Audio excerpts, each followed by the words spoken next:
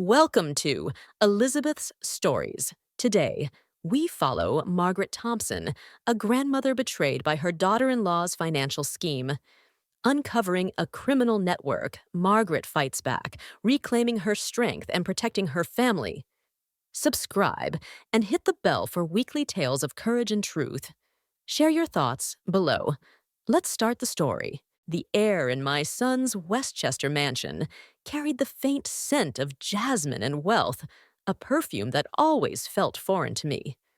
The crystal chandelier above the dining table cast fractured light across the polished mahogany, each prism a silent witness to the secrets this house held.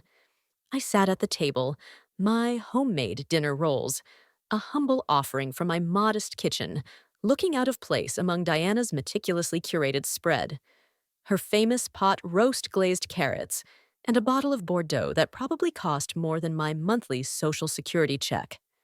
My son Thomas, his wife Diana, and my grandchildren Sophie and Michael were there, their laughter weaving a fragile illusion of normalcy. But something was wrong. I could feel it like a shadow lurking just beyond the candlelight. I'm Margaret Thompson, 68 years old, a widow who's lived through more than her share of storms. I raised Thomas alone after his father died, juggling 2 jobs and night school to keep us afloat in our cramped 2-bedroom apartment. I've never been one for extravagance, but Thomas, my brilliant, driven son, had climbed to heights I'd only dreamed of for him. His success as a corporate executive had built this pristine colonial home with its marble countertops and fresh flowers that seemed to mock my thrift store cardigan. Yet despite the opulence, there was a tension in the air tonight, a subtle discord beneath the jazz, drifting from their expensive sound system. Diana greeted me earlier with her usual air kisses, her smile sharp and polished, never quite reaching her eyes.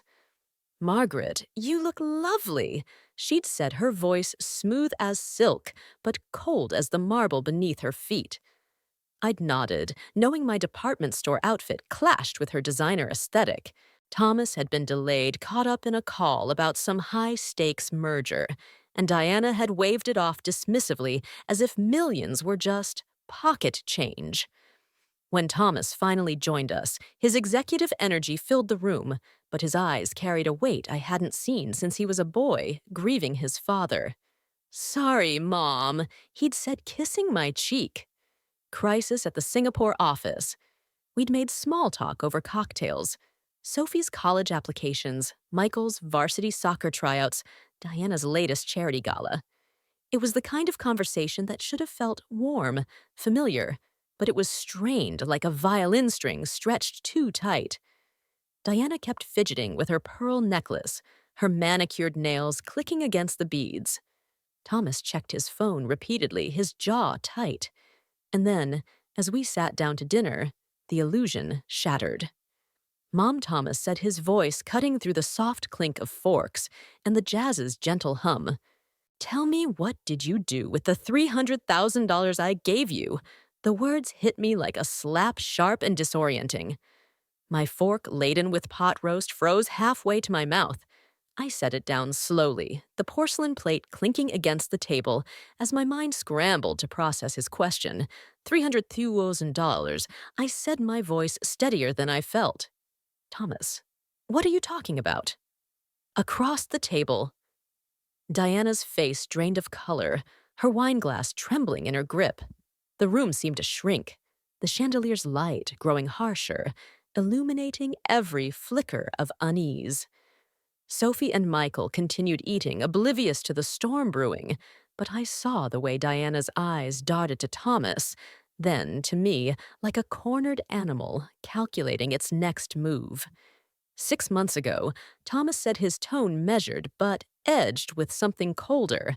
"I transferred $300,000 to your account. We talked about it at Rossetti's, that little Italian place you love. You said you wanted to help Sophie with college and maybe travel a bit." He pulled out his phone, scrolling through what looked like banking records. "I have the confirmation right here." My stomach twisted a sickening lurch, like the moment you realize the ground beneath you isn't solid. 6 months ago, Thomas had taken me to Rossetti's. We'd laughed over spaghetti carbonara, talked about Sophie's dreams of studying abroad, Michael's soccer aspirations, my pride in them both. I'd confided in him about my fixed income, how I wished I could contribute more to their futures. But money, he'd never mentioned a dime, let alone $300,000. Thomas, sweetheart, I said, forcing my voice to stay calm, there's been a mistake. You never gave me any money. Trust me, I'd remember $300,000. I tried to laugh, but it came out brittle, like glass about to crack. Diana's wine glass slipped from her fingers, shattering against the marble floor in a spray of crimson and crystal. It looked like blood pooling at her feet. Oh my God, she gasped, diving to clean the mess, her hands shaking so badly she smeared the wine across the floor. I'm so sorry. I'm so clumsy tonight. I stared at her, my instincts prickling. Diana wasn't clumsy. She was calculated, every move precise, from the way she arranged her charity events to the way she'd always managed the family's paperwork. Her panic felt staged a performance to deflect attention. Thomas's eyes locked on me, his expression unreadable, not anger, but something deeper, more calculating. Mom, he said, his voice dropping to a whisper, I need you to be very careful about what you say next. Federal investigators are looking into irregularities in my business accounts, money that was transferred but never reached its destination. Federal investigators. The words sent a chill down my spine, the room tilting slightly as I gripped the table's edge to steady myself. Thomas, I swear to you I never received any money. Check my bank statements. Look at my apartment. Do I look like someone hiding $300,000 before he could respond? Sirens pierced the night, growing louder until they stopped right outside. Diana's face turned ashen, her hands frozen in the act of mopping up the wine. Thomas stood so quickly his chair tipped backward, crashing to the floor. They're early, he muttered more to himself than to us. Who's early? I demanded, my voice sharper than I intended. But I already knew. The doorbell rang, followed by a heavy knock that echoed like a gavel. Mr. Thompson, FBI. We need to speak with you and your family. The door opened to reveal two agents, their badges glinting under the foyer's chandelier. Agent Sarah Martinez, a woman about my age with an air of unshakable authority, surveyed the room like she owned it. Her partner, Agent James Chen, looked like he could lift a car with one hand, his expression all business. Mr. B.G. Thompson Martinez said, settling into one of Diana's pristine white chairs, we appreciate your cooperation. As we discussed on the phone, we're investigating financial irregularities in your business accounts. Money that was transferred out, but seems to have vanished. As we discussed on the phone, the phrase hit me like a puzzle piece snapping into place. Thomas had known they were coming. This dinner, this confrontation about the money, it wasn't spontaneous. He'd orchestrated it knowing the FBI would walk through that door. My own son had set me up. Mrs. Thompson Martinez turned to me, her eyes sharp but not unkind. Your son claims he transferred $300,000 to your account 6 months ago.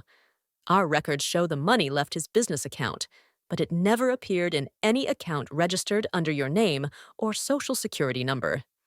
I straightened, summoning every ounce of dignity I'd earned in 68 years of life. Agent Martinez, I've lived on Social Security and a small pension from 30 years as a school secretary. If I had $300,000, I wouldn't be clipping coupons or shopping at discount stores. I can provide every bank statement, every financial record. I've never seen that money.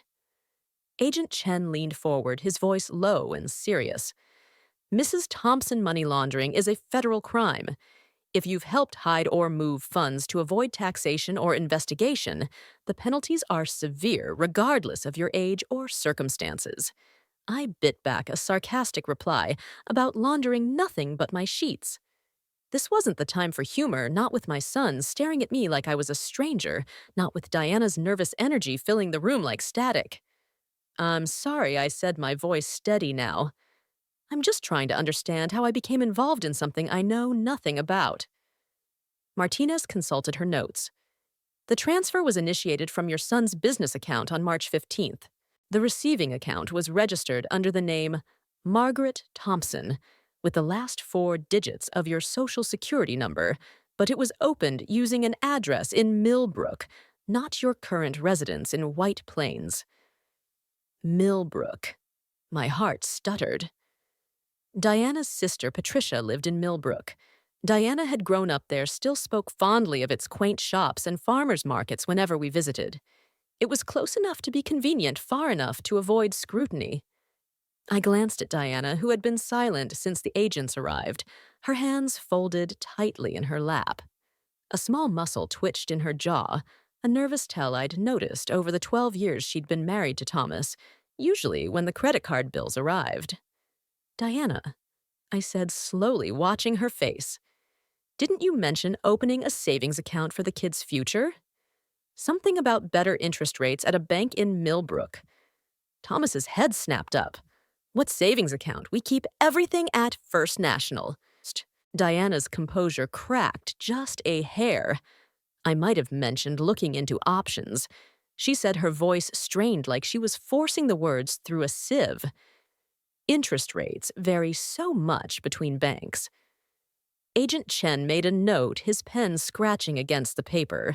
Mrs. Diana Thompson, are you authorized to conduct financial business using your mother-in-law's personal information? The question hung in the air like a guillotine. Diana opened her mouth, closed it, then opened it again. I would never. That would be identity theft. Why would you even suggest such a thing? But I was remembering things now. The way Diana had insisted on handling the family's paperwork, claiming she was more organized, how she'd offered to set up my online banking after my husband Robert died, how she'd asked for copies of my important documents for emergencies, how she'd known my social security number when the kids' school needed it for a grandparents' day registration. Agent Martinez, I said, my voice cutting through the tension, I think you need to look very carefully at who opened that account in Millbrook, and more importantly, who's been accessing it. Thomas stared at his wife, his face a mask of dawning horror. Diana, tell me you didn't. Diana stood abruptly, her chair scraping against the hardwood. This is ridiculous. I'm not going to sit here and be accused of crimes I didn't commit. Margaret, I can't believe you're throwing your own family under the bus to save yourself. Her words were a masterstroke, flipping the narrative to paint me as the villain. But I saw through her, saw the calculation in her eyes, the way she was trying to shift the blame. Before I could respond, Martinez dropped a bombshell that changed everything. Mrs. Diana Thompson, she said, her voice calm but unyielding, we have security footage from the Millbrook Community Bank showing you making deposits and withdrawals from the account in question.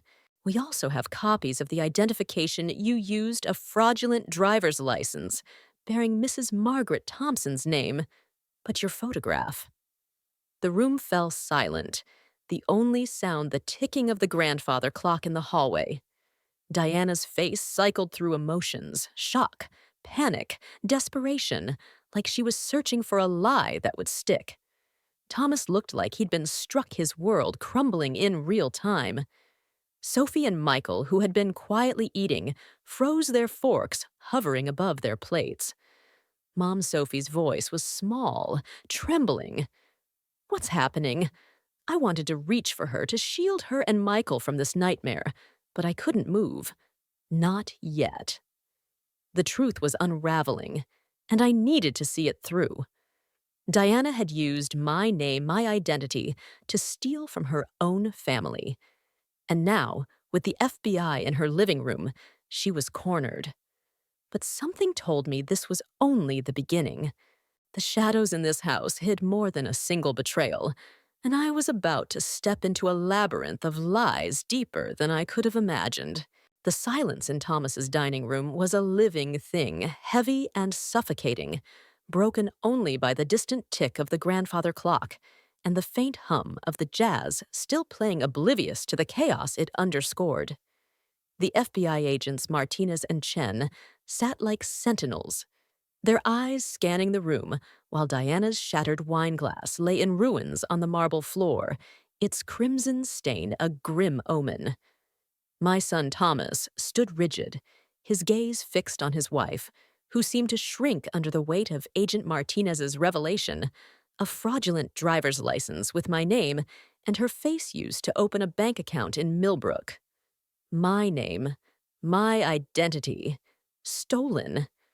I'm Margaret Thompson, a 68-year-old widow who spent her life piecing together puzzles, budgets, schedules, the grief of losing a husband. But this puzzle was different, its edges sharp enough to cut. I sat there, my hands folded in my lap, feeling the weight of every eye in the room. Thomas's confusion, Diana's barely concealed panic, and the agent's quiet scrutiny. Sophie and Michael, my grandchildren, hovered at the edge of the scene, their innocence a fragile shield against the storm I knew was coming. Mrs. Thompson, Agent Martinez, set her voice steady, but probing like a surgeon's scalpel. Let's be clear. The account in Millbrook was opened using your social security number, but the address doesn't match your residence in White Plains. It's registered to a P.O. box in Millbrook, a town you've never lived in. Can you explain that?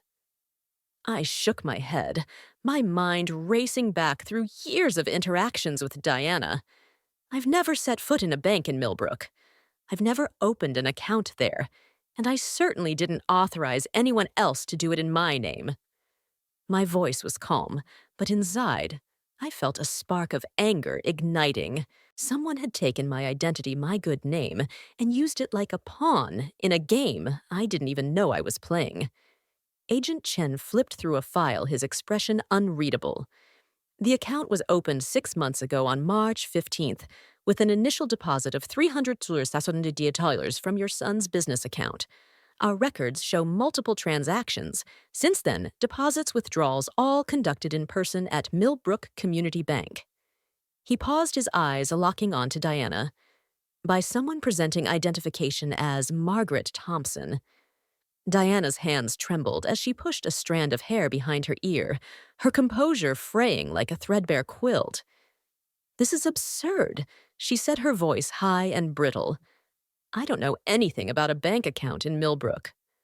Margaret, you know I'd never do something like this. Her eyes pleaded with me, but there was something else there too. A flicker of calculation like a chess player assessing her next move. Thomas turned to her, his face a mask of betrayal. Diana, you grew up in Millbrook. Your sister still lives there. You've been talking about that town for years. Its markets, its charm. And now there's an account in Mom's name opened there. His voice cracked, the weight of doubt pressing down on him. I leaned forward, my gaze fixed on Diana. You've always handled the family's paperwork, haven't you? Ever since Robert died, you offered to help me with my banking, my documents. You said it was to make things easier for me. My words were measured, but each one landed like a stone. You asked for my social security number for the kids' school forms. You made copies of my birth certificate, my driver's license. For emergencies, you said. Diana's face froze, her lips parting as if to protest, but no sound came. The room seemed to tilt, the chandelier's light casting jagged shadows across her features. I remembered those moments now, the ones I'd brushed off as kindness, the way she'd sat at my kitchen table, her laptop open, guiding me through online banking setup, with a smile that felt too perfect. The way she'd insisted on keeping copies of my documents in their safe just in case. I trusted her, grateful for her efficiency, blind to the web she was weaving. Mrs. Thompson, Agent Martinez, said, pulling my attention back, we need to understand how your personal information was used to open this account. Have you shared your social security number or other sensitive details with anyone in the family? I hesitated not because I doubted the truth, but because saying it aloud would shatter something irreparable. Only with Diana, I said, finally. She offered to help after my husband passed. She said it was for the family's benefit to streamline things. I trusted her. Thomas made a sound like he'd been punched, his hands gripping the edge of the table. Diana, is this true? Did you use Mom's information without her permission? I didn't. Diana started, but her voice faltered, her eyes, darting to the agents, then to the floor. I mean, I might have used her information for something, but it was for the kids, for their future. I thought we were all on the same page. On the same page, Thomas's voice rose sharp with disbelief. You opened a bank account in my mother's name, moved $300 from my business, and never told me. That's not being on the same page, Diana. That's theft. The word hung in the air, heavy and final. Sophie, who had been silent, looked up from her plate, her eyes wide with confusion. Mom, why would you need Grandma's name for the kids' future? Why didn't you just tell us? Diana's gaze flicked to her daughter, and for a moment I saw something raw in her expression, guilt perhaps, or fear. But it vanished as quickly as it appeared, replaced by that calculated calm I was beginning to recognize.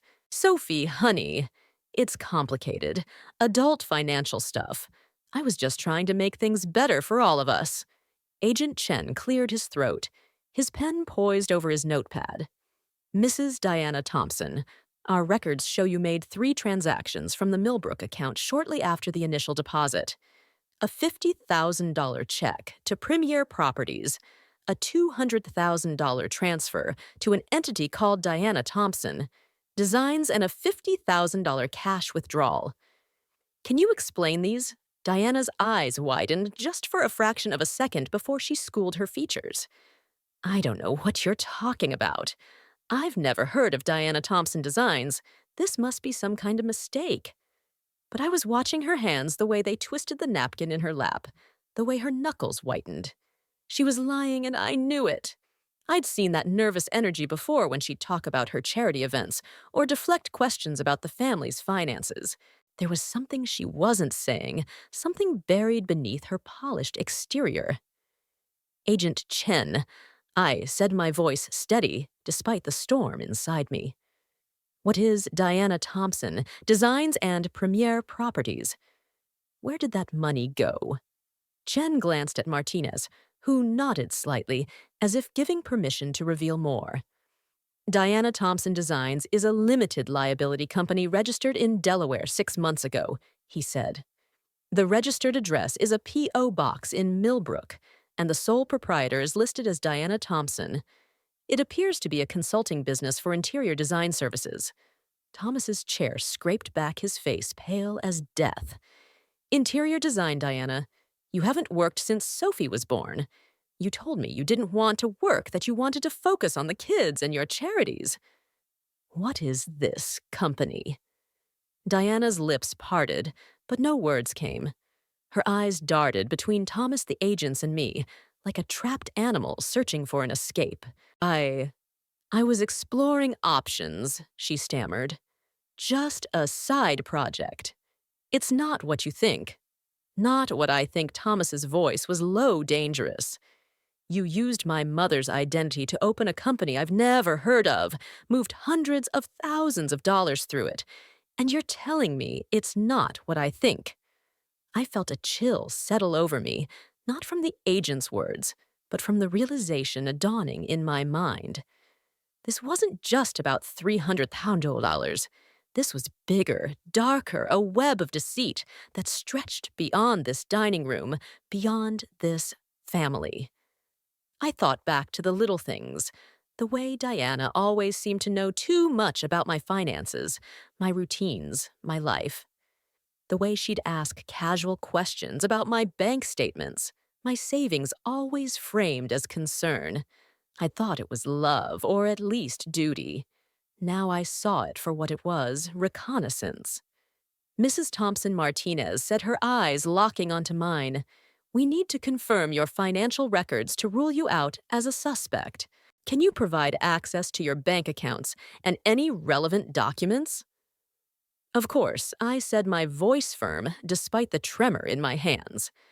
I have nothing to hide. My life is an open book, Social Security, a small pension, and a checking account that barely covers my groceries. If there's an account in my name with $300,000, I didn't open it, and I didn't touch it. Martinez nodded, her expression unreadable, but not unkind. We'll need to verify that. In the meantime, Mr. Thompson, we have evidence that the funds were moved through a series of transactions designed to obscure their origin. The account in Millbrook was just the first step. We're tracing where the money went after that. Thomas ran a hand through his hair, his executive polish crumbling. How could this happen under my nose? I review every major transaction in my business. I would have noticed $300,000 missing. Chen's eyes flicked to Diana, then back to Thomas. The transfers were initiated by someone with high-level access to your business accounts. Someone who knew how to bypass your oversight. The implication landed like a thunderclap. Thomas turned to Diana, his voice barely above a whisper. You have access to my accounts. I added you as a signatory last year for emergencies. Did you do this? Diana's face crumpled, but I wasn't sure if it was genuine or another performance. Thomas, I would never betray you like that. You know me. I'm your wife. But I was remembering more now, pieces of the puzzle snapping together. The way Diana had insisted on updating our family's emergency contacts last Christmas, collecting copies of my Social Security card, my birth certificate, even my old passport. She'd framed it as estate planning, a way to protect us all. I'd been grateful, touched by her care. Now I saw it for what it was, a calculated move to gather the tools she needed to steal my identity. Agent Martinez. I said, my voice cutting through the tension like a blade. I think you should look at Diana's access to my personal documents. She's had them for years, everything she'd need to open an account in my name. And she's been handling our family's paperwork since my husband died. Diana's eyes snapped to mine, and for the first time I saw raw fear in them. Not guilt, not remorse, just fear of being caught. Margaret, how can you say that I've only ever tried to help you? You're twisting everything.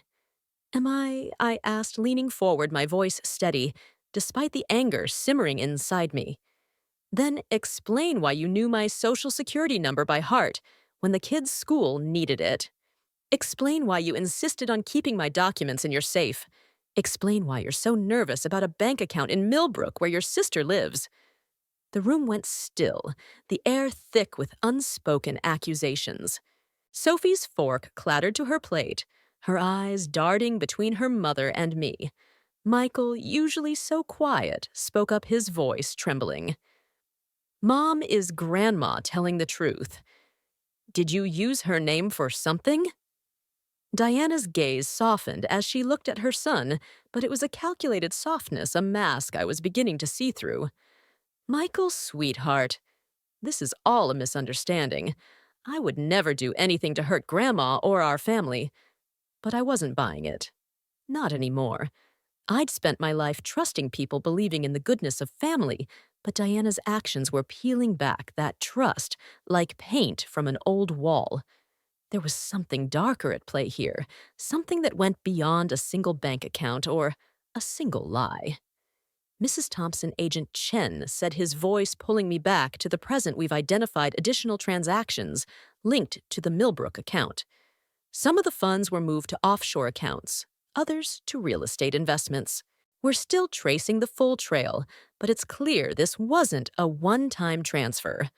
Offshore accounts, real estate investments. The words felt like they belonged to a different world, one far removed from my modest apartment and coupon-clipping existence. I looked at Diana, searching for the woman I'd thought I knew, the mother of my grandchildren, the wife my son loved. But all I saw was a stranger. Her eyes guarded her hands, still twisting that napkin like it was her only lifeline. Agent Martinez. I said, my voice stronger now, fueled by the spark of anger that had grown into a flame. I want to know everything about that account. Who opened it? Who accessed it? Where the money went? If someone's using my name to commit crimes, I deserve to know the truth. Martinez nodded, a flicker of respect in her eyes. We're working on that, Mrs. Thompson. But I'll be honest, this kind of fraud is sophisticated. It suggests someone with knowledge of financial systems, someone who planned this carefully. I didn't need to look at Diana to know who that someone was. The pieces were falling into place, each one sharper than the last. She'd used my identity, my trust, to siphon money from Thomas's business. She'd orchestrated this dinner, knowing the FBI was coming, hoping to pin the blame on me. My own daughter-in-law had betrayed me, and the depth of that betrayal was only beginning to surface. As the agents gathered their files and prepared to leave, Martinez handed me her card. We'll need to speak with you again, Mrs. Thompson. In the meantime, don't discuss this with anyone outside your immediate family. We're dealing with a federal investigation, and loose talk could compromise it. I took the card, my fingers steady despite the storm inside me. I understand I said meeting her gaze. I'll do whatever it takes to get to the bottom of this. As the agents walked out, leaving the dining room in disarray, I looked at Thomas, his face etched with pain, and at Sophie and Michael, their eyes wide with fear and confusion. Diana sat motionless. Her mask of composure shattered, her secrets laid bare. I didn't know the full scope of her deception yet, but I knew one thing for certain. I wasn't the fragile old woman she thought I was. I'd raised a son alone, survived loss, and built a life from nothing. If Diana thought she could use me as a pawn, she was about to learn just how wrong she was. But as I sat there, surrounded by the wreckage of our family dinner, a deeper unease settled over me. Millbrook wasn't just a random detail.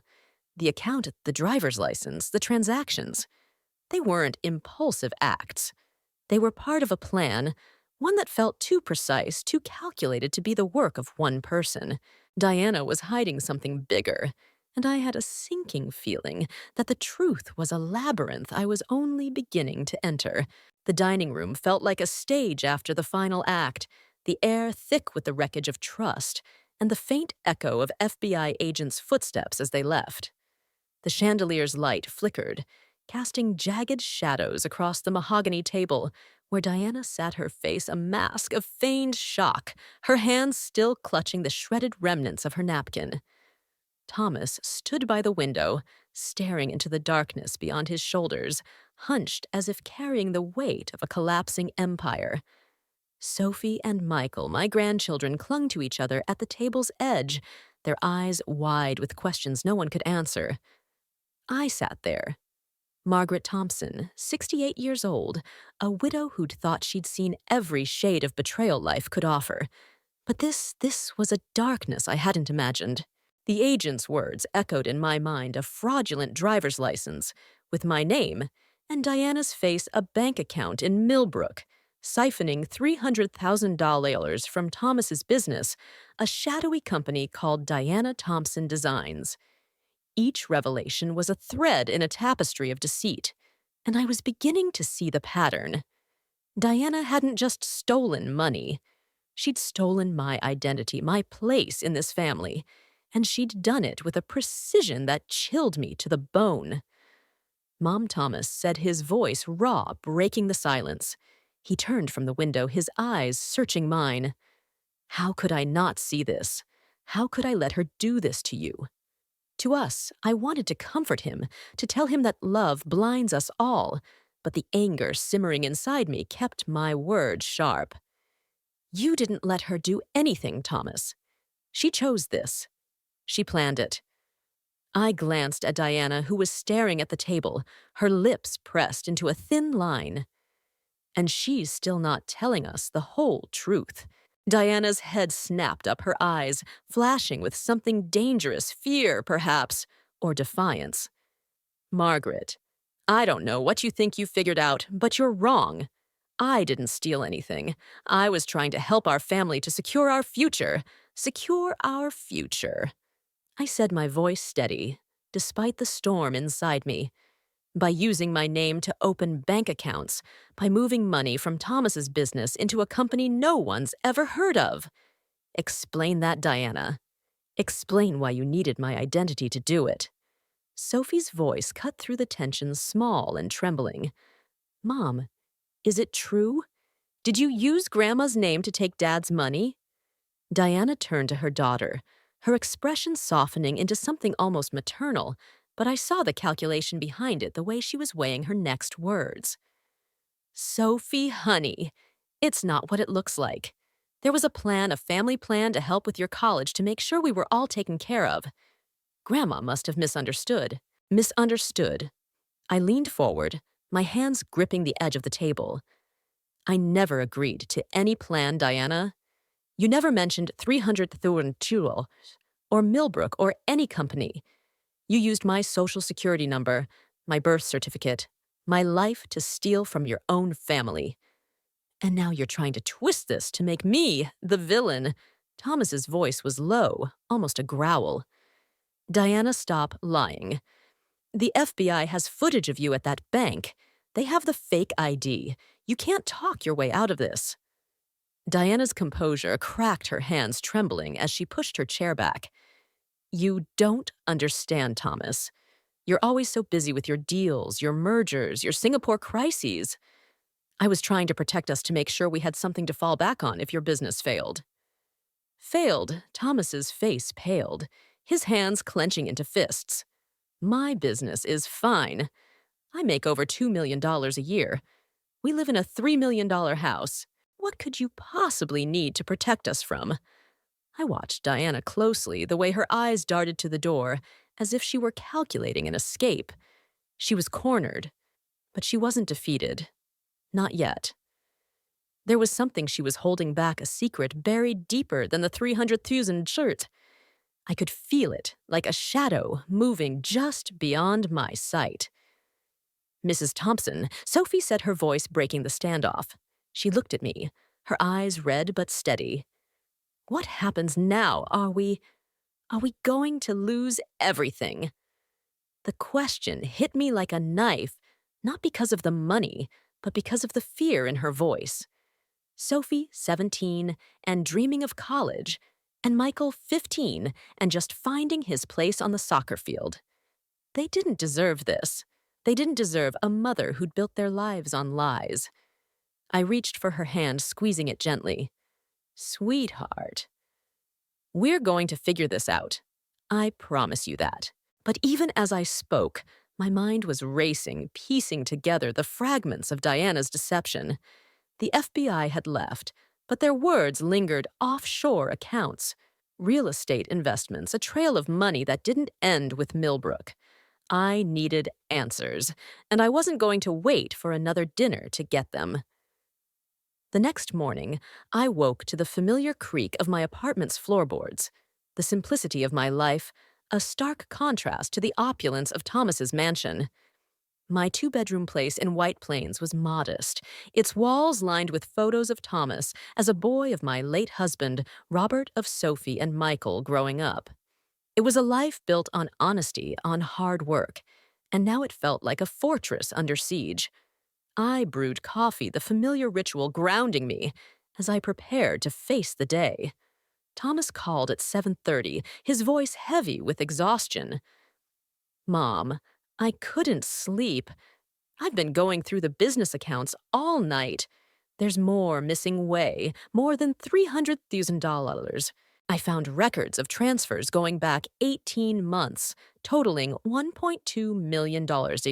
My coffee cup froze halfway to my lips. $1.2 million, Thomas. How could that much money disappear without you noticing?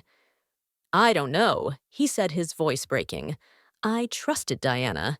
She had access to the accounts, said she was helping with the administrative side, so I could focus on the big deals. I thought she was just being a good wife. I closed my eyes, the weight of his words settling over me. Diana hadn't just stolen from me.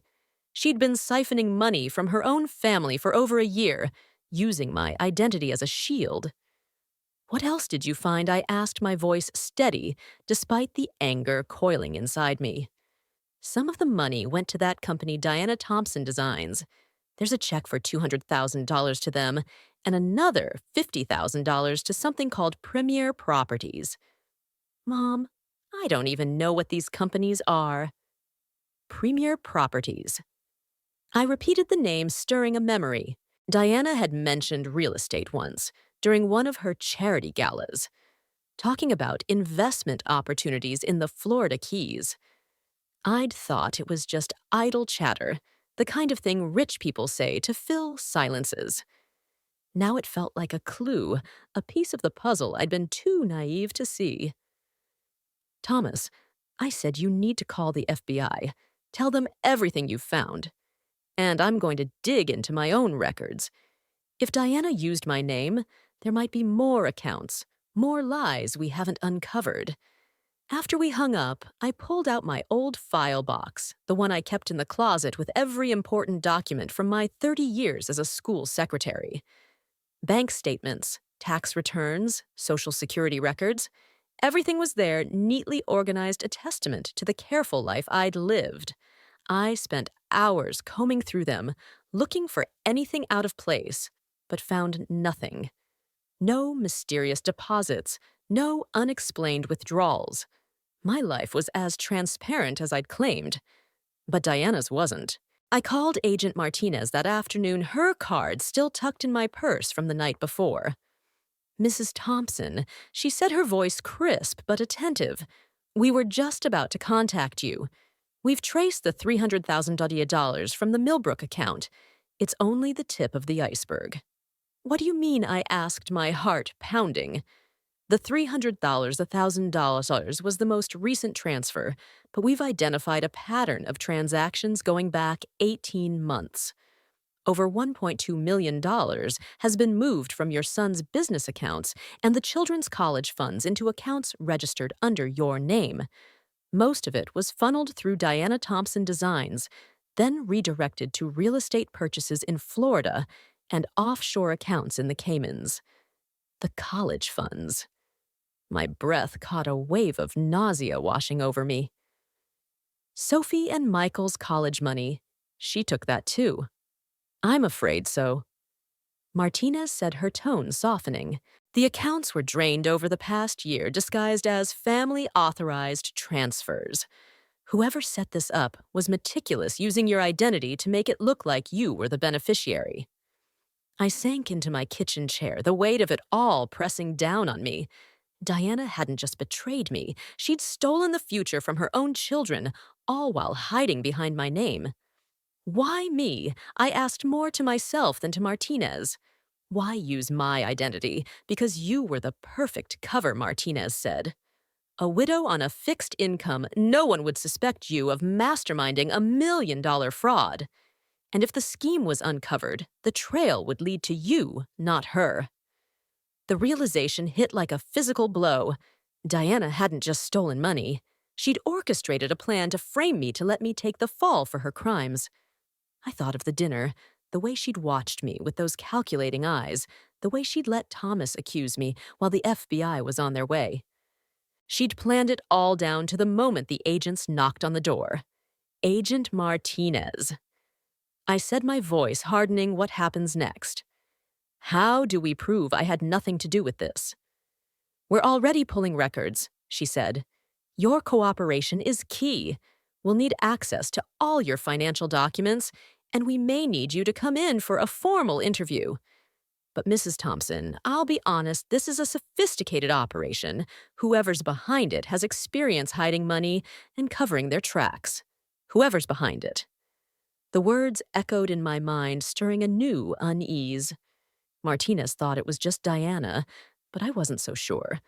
The precision of the fraud, the fake ID, the offshore accounts, it felt too big for one person, even someone as cunning as Diana. There was something else at play, a shadow I couldn't yet see. That evening, I drove to Thomas's house, my old sedan rattling in contrast to the sleek cars lining their driveway. The mansion looked different now, its pristine facade hiding a rot I hadn't noticed before. Sophie answered the door, her face pale, her eyes red from crying. "Grandma," she said, throwing her arms around me, "I'm so sorry. I didn't know Mom would do something like this." I hugged her tightly, my heart aching for her. "None of this is your fault, sweetheart. We're going to get through this together." Michael appeared behind her, his usual teenage bravado replaced by a quiet anger. "She took our college money, Grandma. How could she do that? And why did she use your name?" "I don't know yet," I said, guiding them inside. "But I'm going to find out." Thomas was in his office surrounded by papers and computer screens, his tie loosened and his sleeves rolled up. "Mom," he said, looking up, "I've been going through the accounts with Dave Morrison, my CFO. It's worse than I thought. The $1.2 million, it's not just from the business. She drained Sophie and Michael's college funds, the emergency savings, even some of the retirement accounts." I sat across from him, my hands folded in my lap, a habit from years of staying calm in crises. "Thomas, how did she have access to all of this? You're the one who runs the company." He rubbed his temples, his face etched with exhaustion. "I gave her access last year when I was traveling so much for the Singapore deal. She said she'd handle the administrative side, take some of the burden off me. I trusted her, Mom. I thought she was helping." I nodded, but inside, I was piecing together more of the puzzle. Diana's access wasn't an accident. She'd cultivated it just as she'd cultivated my trust, asking for my documents, my social security number, all under the guise of family duty. "What about Premier Properties?" I asked. "The FBI mentioned a check to them." Thomas frowned, tapping at his keyboard. "I found it. A $50,000 check to Premier Properties, a real estate company in Miami. They specialize in luxury vacation rentals in the Florida Keys. Diana wrote the check from the Millbrook account, the one in your name, the Florida Keys." I remembered Diana's offhand comment about real estate investments, how she'd laughed it off as a pipe dream. Now it felt like a breadcrumb leading to a truth I wasn't sure I was ready to face. "And Diana Thompson. Designs?" I asked. "What do we know about that?" "It's a shell," Thomas said, his voice hollow. "A Delaware LLC with no real business activity. The $200,000 went there, then disappeared into a maze of transfers. I can't trace it all, but the FBI is working on it." I leaned back, my mind racing. A shell company real estate deals offshore accounts. This wasn't the work of a desperate housewife. This was calculated professional, the kind of scheme that required planning and resources beyond what Diana could manage alone. "Thomas," I said, "this feels bigger than just Diana. She's hiding something. Someone else is involved." He looked at me, his eyes searching mine. "You think she had help? I think she's part of something we don't understand yet," I said. "The way she planned this, the way she used my identity, it's too precise, too clean. She's not working alone." Sophie, who had been listening from the doorway, stepped forward, her voice trembling but resolute. "Grandma, if Mom did this, if she used you to steal from us, what happens to her? Will she go to prison?" The question hung in the air, heavy with the weight of a family unraveling. I wanted to shield her, to promise that everything would be okay, but I couldn't lie. "Not now." "Sophie," I said gently, "your mother made choices that hurt us all. There will be consequences. But whatever happens, you and Michael have me, and we'll face it together." Michael joined his sister, his fists clenched. "She was going to let you take the blame, Grandma. She set you up. How could she do that to you?" I didn't have an answer, not one that wouldn't break their hearts further. But as I looked at them, I felt a resolve hardening inside me. Diana had underestimated me, thinking I was just an old woman too frail to fight back. She'd forgotten that I'd raised Thomas alone, survived loss, navigated decades of challenges with nothing but grit and determination. I wasn't just a victim in her game. I was a player, and I was done letting her control the board.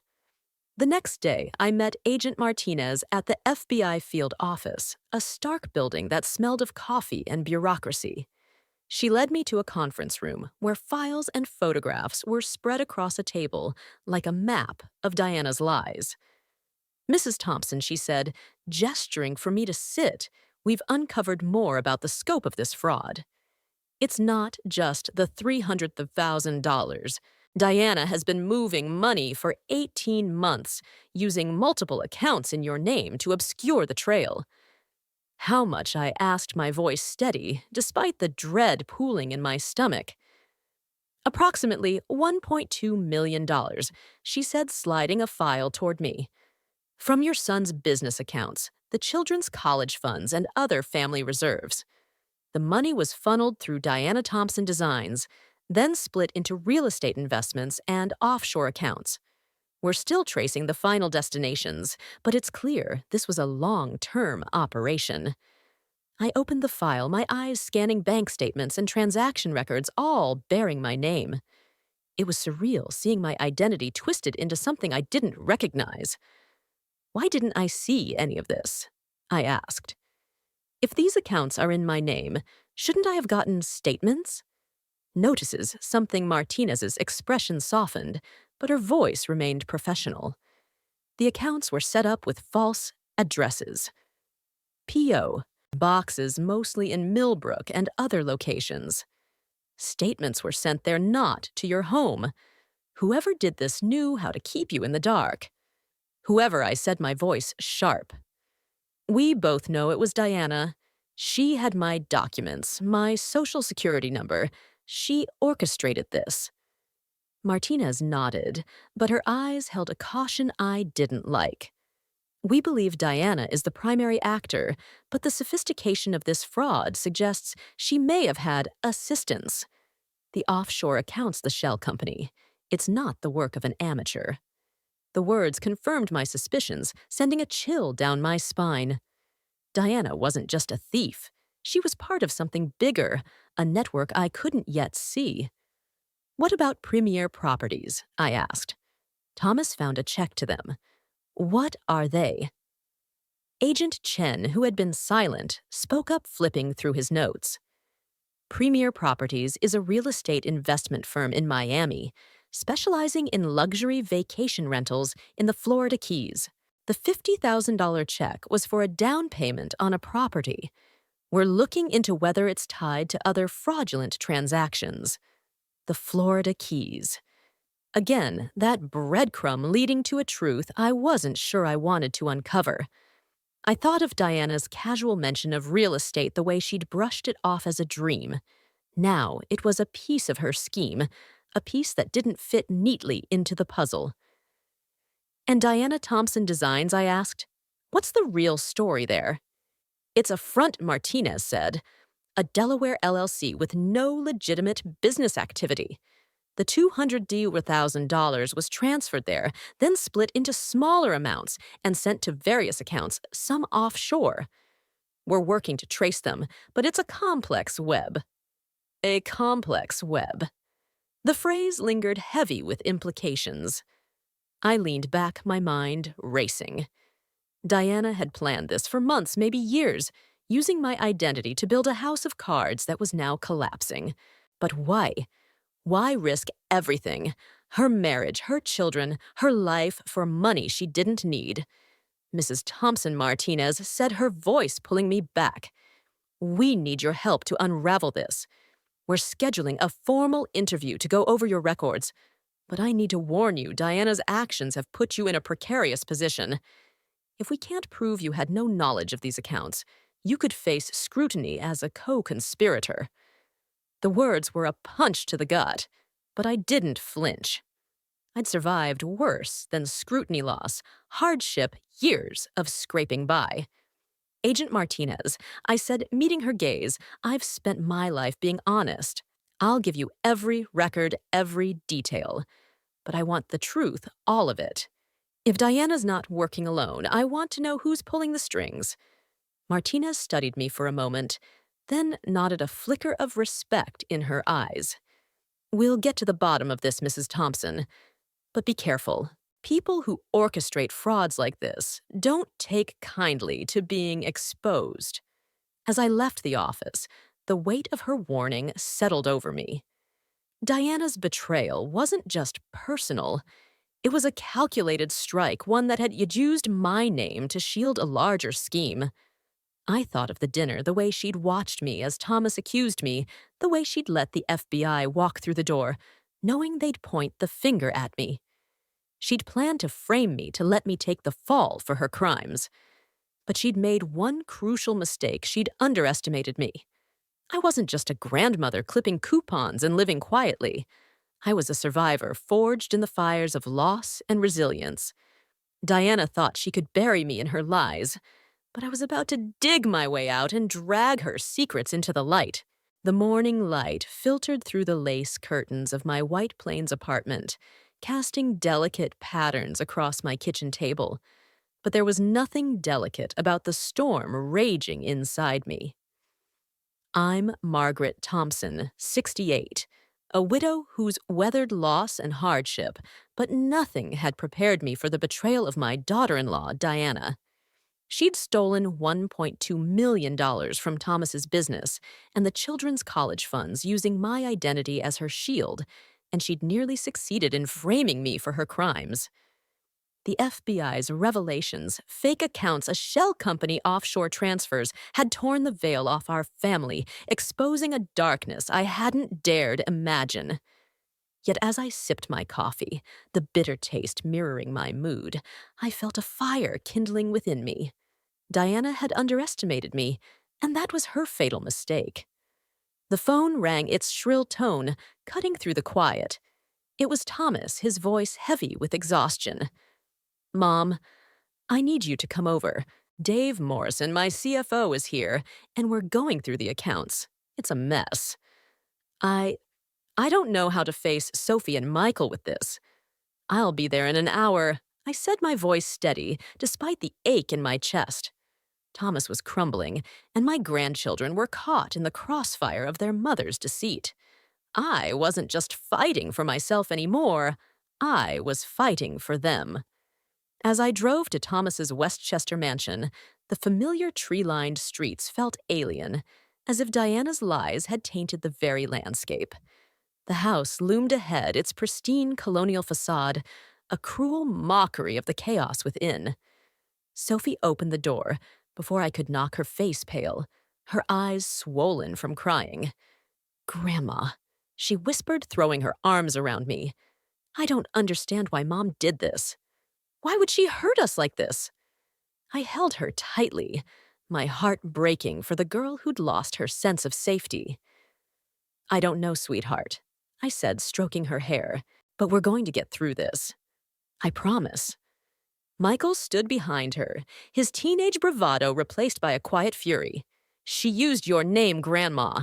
She was going to let you go to jail for her. How could she do that to you? To us. I guided them inside my hands steady, despite the questions swirling in my mind. I'm still here, Michael, and I'm not going anywhere. We'll find the truth together. In Thomas's office, the air was thick with tension.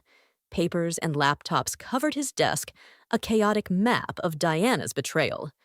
Dave Morrison, Thomas's CFO, sat across from him, his face grim, as he typed furiously on his laptop. Dave was a lanky man in his 50s, with wire-rimmed glasses and a no-nonsense demeanor that had always put me at ease. He'd been with Thomas's company for a decade, a steady hand guiding its finances through turbulent markets.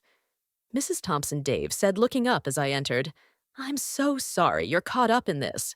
When I noticed the irregularities in the accounts, I had no idea it would lead to this. Tell me what you found, I said, sitting beside Thomas, who looked like he hadn't slept in days. His tie was gone, His shirt wrinkled a far cry from the polished executive I'd raised. Dave pushed his glasses up his nose, his voice measured but heavy. It started with small discrepancies, $10,000 here, $20,000 there over the past 18 months. I thought it was a clerical error, but when I dug deeper, I found a pattern. Transfers to accounts in your name. Margaret routed through Diana Thompson Designs.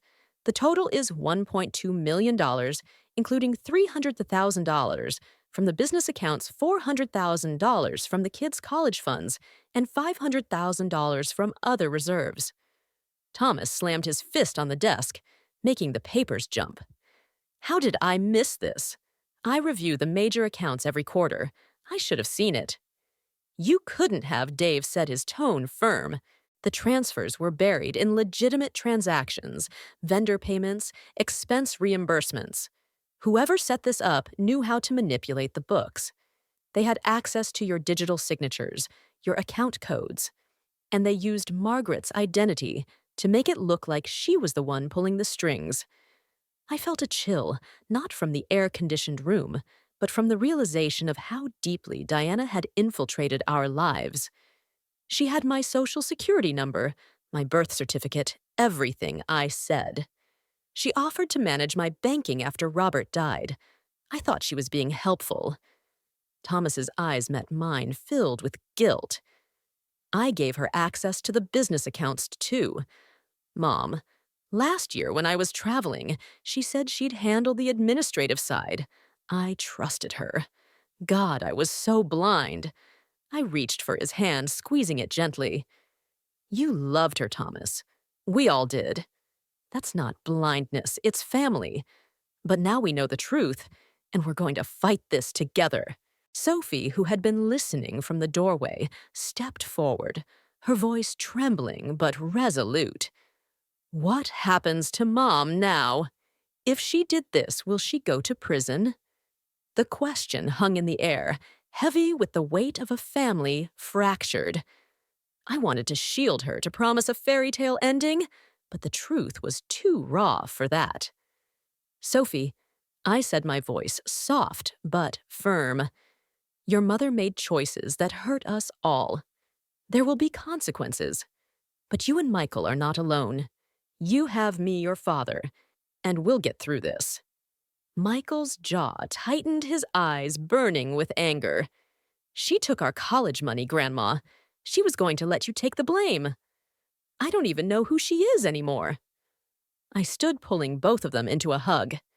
She's still your mother, Michael, and that's a pain we'll have to carry. But you're stronger than you know. We all are. As I held them, my phone buzzed in my purse, a text from Agent Martinez, Mrs. Thompson, we need to discuss your options regarding charges against Diana for identity theft. Can you meet tomorrow at 10 a.m.? The words stared up at me, a crossroads I hadn't expected so soon. Pressing charges meant dragging Diana through the legal system, exposing her crimes to the world, and potentially tearing Sophie and Michael apart, even further. But letting her walk away meant letting her betrayal go unpunished, letting her think she could manipulate us again. Mom Thomas said, noticing my expression, "What is it?" I showed him the text, my voice steady, despite the turmoil inside. The FBI wants to know if I'll press charges against Diana for using my identity. I don't know what to do, Thomas.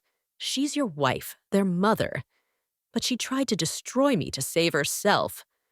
Thomas's face hardened, a mix of pain and resolve. She's not the woman I married, Mom. I don't know who she is anymore. But I can't let her hurt you or the kids again. Do what you have to do. His words were a lifeline, a reminder that I wasn't alone in this fight. But as I looked at Sophie and Michael, their faces etched with confusion and grief, I felt the weight of my decision. Pressing charges could protect us, could ensure justice, but it would also deepen the wounds in this family. I needed time to think, to weigh the cost of truth against the cost of mercy. That afternoon, Dave stayed to help Thomas stabilize the business, poring over accounts to identify any further damage. I watched them work their heads bent over spreadsheets and felt a surge of pride in my son. He was fighting back not just for his company, but for his children for me. Dave had been the one to alert the FBI noticing the irregularities before they could spiral further.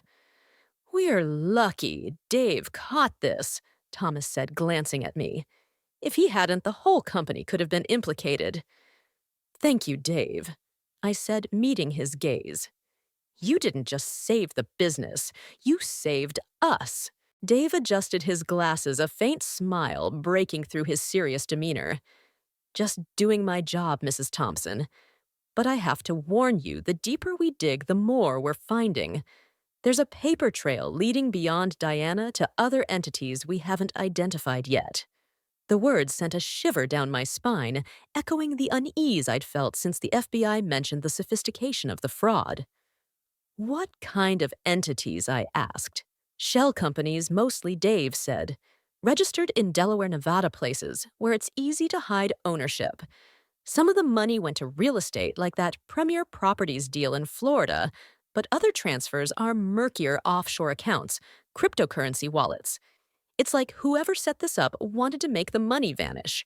Whoever set this up." The phrase lingered heavy with implications. I'd suspected Diana wasn't acting alone, and now Dave's findings confirmed it. The web of deceit was wider, deeper than I'd imagined, and I couldn't shake the feeling that we were only scratching the surface. That evening, I took Sophie and Michael back to my apartment, needing to give them a space away from the chaos of their home. We sat in my living room, surrounded by the familiar comfort of my old furniture, the photos of their childhood on the walls. Sophie curled up on the couch, her knees drawn to her chest, while Michael stared out the window, his silence louder than any words. Grandma Sophie said, her voice small, "Do you think Mom ever loved us? Or was it all a lie?" The question broke my heart, but I didn't shy away from it. "I think she loves you, Sophie, in her own way. But sometimes people get lost in their own choices, and they hurt the ones they love most. What she did was wrong, but it doesn't mean she doesn't care about you." Michael turned his eyes blazing. "Then why did she do it? Why steal our money? Use your name lie to Dad? If she loved us, she wouldn't have done that." I stood walking over to him, resting a hand on his shoulder. "I don't have all the answers, Michael. But I know your mother's actions don't define you or Sophie. You're strong, both of you, and you'll come through this. We'll come through this." As I spoke, I felt a shift inside me, a clarity I hadn't had before. Diana's betrayal had shaken us, but it had also revealed our strength. Thomas was fighting for his business. Sophie and Michael were grappling with their pain, and I was finding a resilience I'd forgotten I possessed. We were a family fractured, but not broken, and we would face this together. The next morning, as I prepared to meet Agent Martinez, I sat at my kitchen table staring at her text. Pressing charges against Diana was a decision that would ripple through our lives, but I couldn't ignore the truth. She'd used my identity stolen from her children, betrayed her husband. And yet, as I thought of Sophie and Michael, I wondered if justice could ever heal the wounds she'd left. I looked at the photos on my wall, Thomas as a boy, Sophie and Michael as toddlers, Robert smiling beside me on our wedding day. This was my family, my legacy, and I would protect it no matter the cost.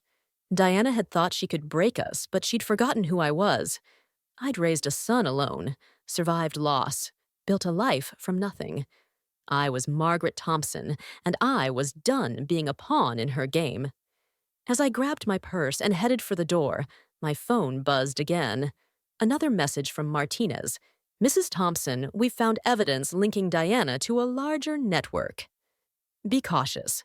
We'll discuss at the meeting." A larger network. The words confirmed my suspicions, sending a chill through me.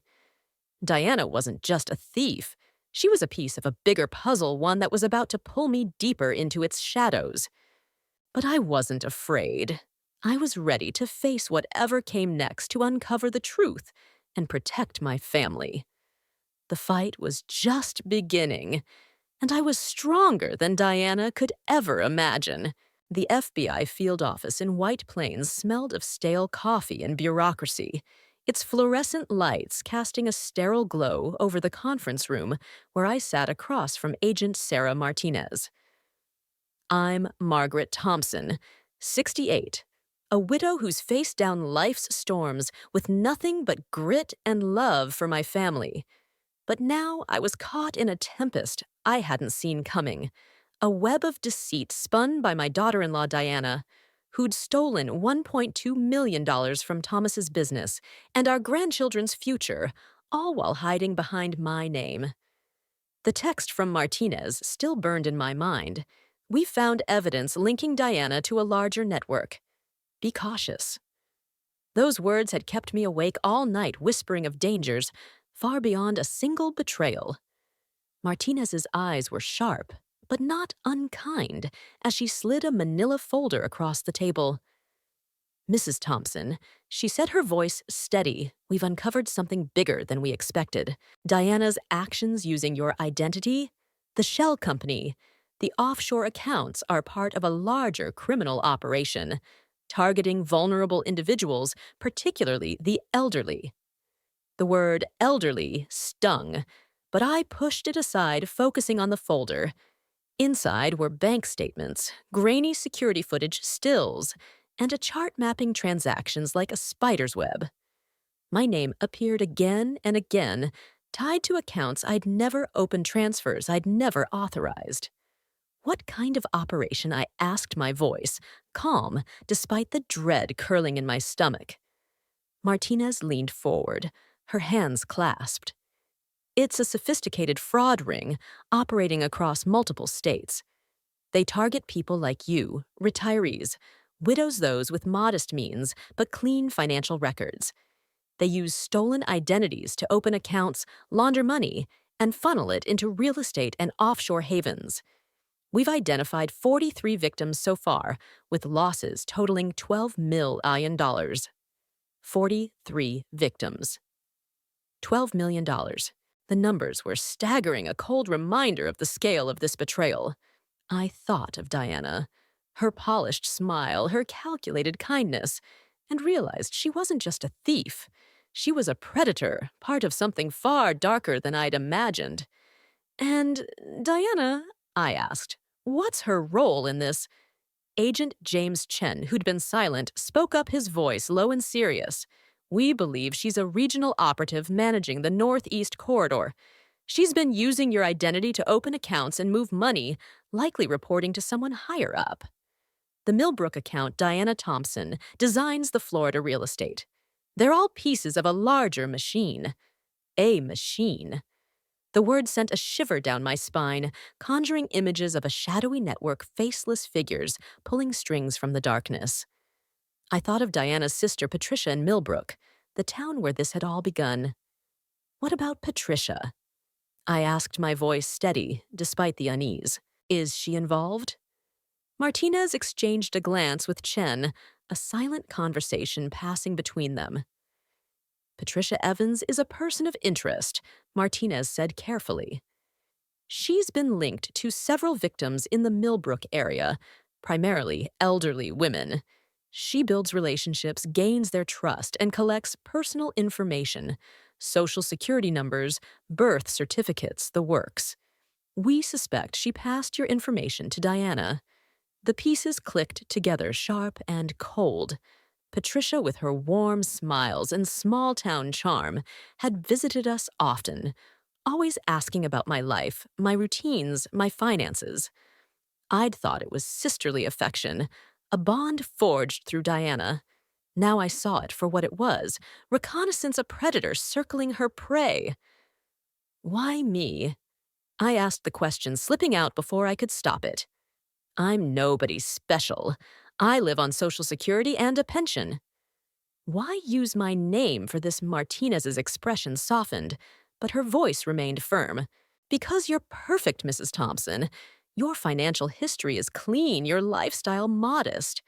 You're not someone who'd raise red flags with banks or regulators. Using your identity gave them a shield someone to take the fall if things went south.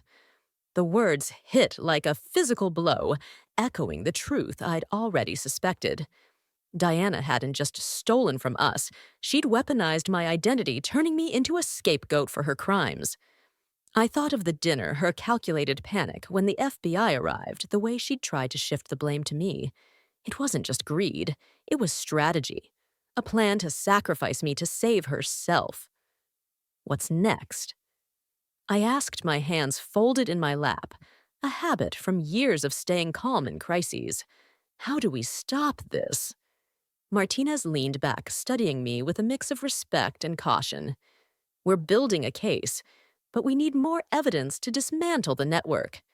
Diana's a key player, but she's not the mastermind. We need to identify who's pulling the strings, and we need someone on the inside to help us do that. I frowned, the implication dawning slowly. You want me to help. How I'm not a spy. I'm just a grandmother. You're more than that. Martinez said, a faint smile breaking through her professional demeanor. You're sharp, observant, and you've already pieced together more than most would. Diana and her associates think you're a harmless old woman. They underestimate you. That's our advantage. The idea was absurd, yet it stirred something inside me, a spark of defiance, a refusal to be seen as weak. I'd spent my life overcoming obstacles, raising Thomas alone, surviving loss, building a life from nothing. If Diana thought she could use me and discard me, she was about to learn just how wrong she was. What would I have to do? I asked, my voice steady despite the racing of my heart. Chen slid a photograph across the table, a woman in her late 40s with Diana's sharp cheekbones and a calculating smile. This is Patricia Evans, he said. We believe she's the next link in the chain. If you can get close to her, convince her you're willing to help Diana, we can gather evidence to take down the network. I stared at the photo. Patricia's face stirring memories of family gatherings, her laughter, her seemingly genuine concern for me. It was all a lie, a performance to gather the tools she needed to betray me. What kind of evidence? I asked. Conversations ideally recorded.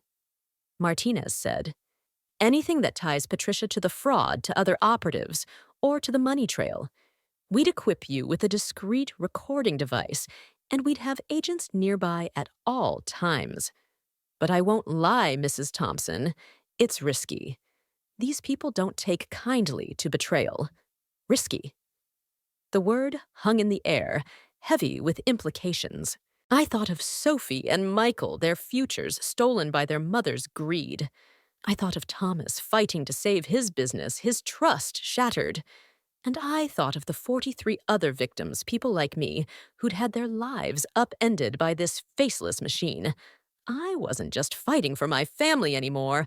I was fighting for them. I'll do it. I said, my voice firm, surprising even myself. If it means stopping this protecting others, I'll do whatever it takes. Martinez nodded, her eyes gleaming with approval. We'll set up a plan. You'll contact Patricia, tell her you're reconsidering pressing charges against Diana, that you want to help her. She'll likely see you as an opportunity, a way to manipulate the investigation. That's when we'll get what we need. As I left the field office, the weight of my decisions settled over me. I was stepping into a world of shadows, playing a game I barely understood. But I wasn't afraid. Not yet. I'd faced worse than shadows in my 68 years, and I'd learned one thing. Strength isn't about muscles or money. It's about standing up when everything's falling apart. Back at my apartment, I sat at my kitchen table, staring at Patricia's number on my phone. The thought of calling her, of playing her game, made my stomach churn, but I pushed it aside. I dialed, my heart pounding as the phone rang. Margaret Patricia's voice was warm, almost too warm, like honey laced with poison. I'm so glad you called. How are you holding up with all this? Mess. I took a deep breath, steadying myself. It's been tough, Patricia. I can't believe Diana's caught up in something like this. I'm I'm thinking about not pressing charges. I don't want to hurt Sophie and Michael more than they already are. There was a pause just long enough for me to sense her calculating. That's so generous of you, Margaret, she said, her voice dripping with false sincerity. Diana's made mistakes, but she's family. Maybe we can work something out. Keep this quiet. Can we meet to talk somewhere private? My pulse quickened, but I kept my voice calm. Sure. Name the place. There's a cafe in Millbrook, the Rusty Spoon. Tomorrow at noon, just you and me, no need to involve anyone else. Sounds good, I said, my fingers tightening around the phone. I just want to do what's right for the family. As I hung up, I felt a strange mix of fear and exhilaration. I was stepping into the lion's den, armed with nothing but my wits and the FBI's promise of backup. But I wasn't the frail old woman Patricia thought I was. I was Margaret Thompson, and I was ready to turn the tables. That evening, I sat with Thomas, Sophie, and Michael in my living room, the familiar comfort of my modest apartment, a stark contrast to the chaos we faced. I'd told them about the FBI's plan, leaving out the riskiest details to spare their worry. Thomas's face was grim, but his resolve matched mine. Mom, if you're doing this, I'm with you, he said. I've already lost my wife to this mess. I'm not losing you, too. Sophie hugged her knees, her voice small. Grandma, what if something happens to you? What if Mom's people come after you? I reached for her hand, squeezing it gently. I'll be careful, sweetheart. The FBI will be watching. And I'm tougher than I look. Michael, usually so reserved, spoke up, his voice fierce.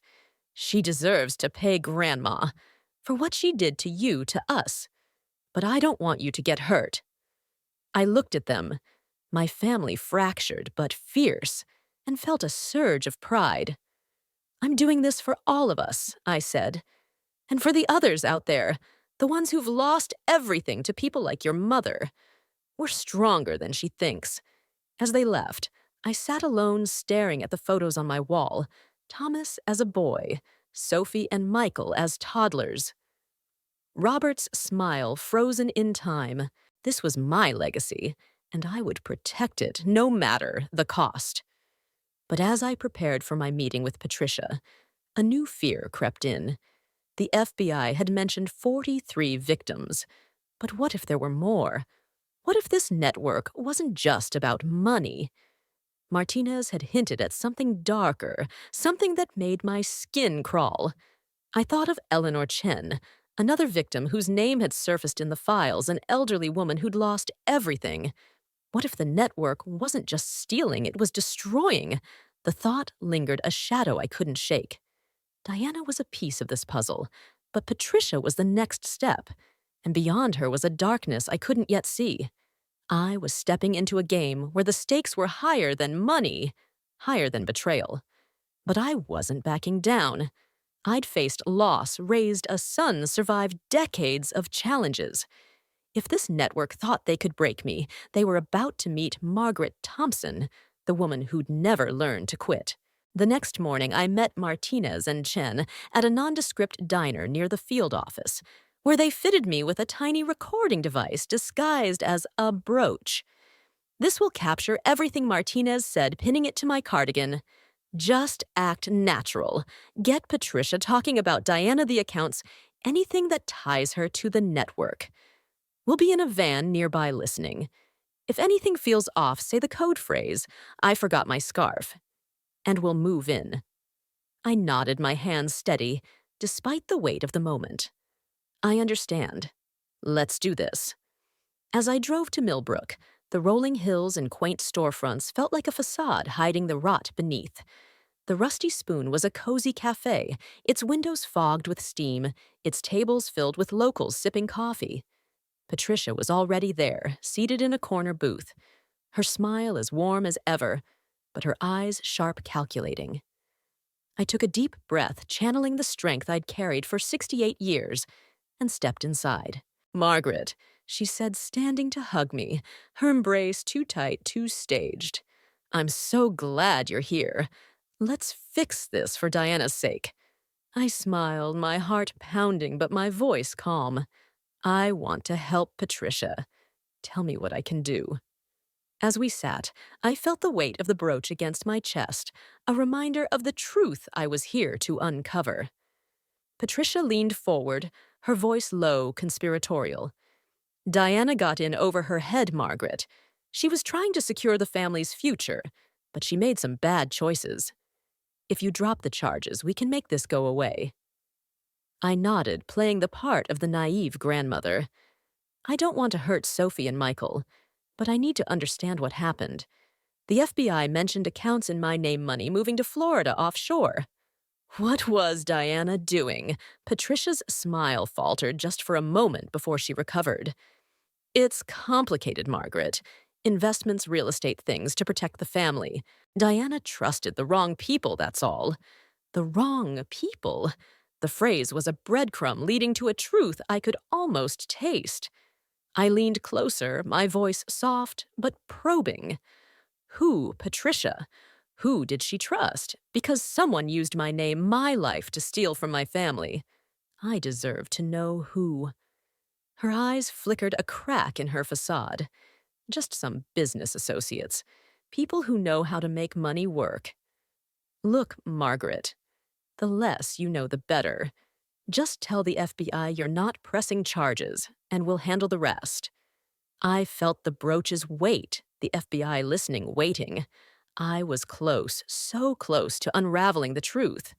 But as Patricia's hand brushed mine, her smile tightening, I sensed something else, a danger lurking just beneath her words. This wasn't just about money. This was about power control and a network that wouldn't hesitate to crush anyone who got in its way. I forgot my scarf. I said, my voice steady, the code phrase slipping out like a prayer. Patricia's eyes narrowed, but before she could respond, the cafe door swung open, and Martinez's voice cut through the hum of conversation. FBI, stay where you are.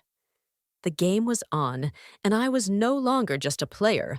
I was a force ready to bring the truth to light. The air inside the Rusty Spoon Cafe in Millbrook was thick with the scent of brewed coffee and cinnamon rolls. But beneath the cozy facade, I felt a current of danger, sharp and electric.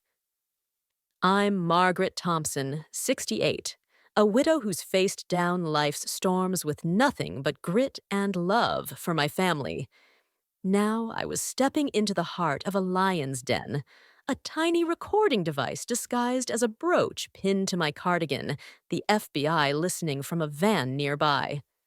My daughter-in-law, Diana, had stolen $1.2 million from Thomas's business and our grandchildren's future, using my identity as her shield. But the FBI had uncovered something bigger, a criminal network targeting the elderly. With Diana as a regional operative and her sister Patricia as a key player. I was here to trap Patricia, to draw out the truth about this shadowy machine, and I was ready to play my part. Patricia sat across from me in the corner booth, her smile as warm as ever, but her eyes sharp like a hawk sizing up its prey. The cafe hummed with the chatter of locals oblivious to the high-stakes game unfolding in their midst. I adjusted my cardigan, feeling the weight of the brooch against my chest, a reminder of the FBI's presence, and the code phrase I forgot my scarf that would bring them rushing in if things went south. Margaret Patricia said, her voice dripping with false sincerity. I'm so glad you're here. Diana's in over her head, but we can fix this. If you drop the charges, we can keep this quiet, protect the family. You don't want Sophie and Michael dragged through a public mess, do you? I nodded, playing the part of the naive grandmother. My hands folded in my lap to hide their slight tremble. I don't want to hurt them. I said, my voice soft but steady. They've been through enough. But I need to understand Patricia. The FBI mentioned accounts in my name money moving to Florida offshore. What was Diana doing? Patricia's smile tightened just for a moment, a crack in her polished facade. It's complicated, Margaret. Investments, real estate things, to secure the family's future. Diana trusted some people she shouldn't have, that's all. If you back off, we can make it right. Trusted who I pressed, leaning forward, my eyes locked on hers. Someone used my name, my social security number, to steal from my family. If I'm going to drop the charges, I deserve to know who's behind this. Her eyes flickered, a shadow of unease crossing her face before she recovered. Just some business associates, she said, waving a hand dismissively. People who know how to make money work. You don't need to worry about the details. Just tell the FBI you're not pressing charges and we'll handle the rest. The vagueness of her answer was a red flag, a breadcrumb leading to a truth I was determined to uncover. I thought of Agent Martinez's words. Patricia's a person of interest linked to multiple victims. She wasn't just Diana's sister. She was a cog in this machine, collecting information, building trust, then betraying it. I leaned closer, my voice low, conspiratorial. Patricia, I want to help Diana, but I'm scared. The FBI said this is bigger than just her. They mentioned a network other victims. Is that true? Her hand froze on her coffee cup, her knuckles whitening. The FBI's blowing it out of proportion. She said, her tone too quick, too defensive. They're fishing, trying to scare you. Diana made a mistake, but it's not some grand conspiracy. You trust me, don't you? Trust her. The word was a bitter irony, but I kept my face neutral, nodding slowly. I want to trust you, I said. But I need to know I'm not walking into something worse. If Diana's working with others, who are they dangerous? Patricia's smile returned, but it was strained like a mask slipping. No one's dangerous, Margaret. They're just investors. People who help people like Diana grow their money. Look, let's focus on what we can do now. I can arrange a meeting with someone who can explain everything, clear this up. A meeting? My pulse quickened, the brooch feeling heavier against my chest. This was it, the chance to draw out more of the network, to get Patricia to reveal her associates. Who would I meet? I asked, keeping my voice curious, not suspicious. Someone who can fix this. Exactly, Patricia said, her eyes brightening, sensing an opportunity. There's a consultant, James Crawford, who handles the financial side. He's in Stamford, not far. We could meet him this afternoon, just the three of us. He'll explain how we can make the FBI back off. James Crawford.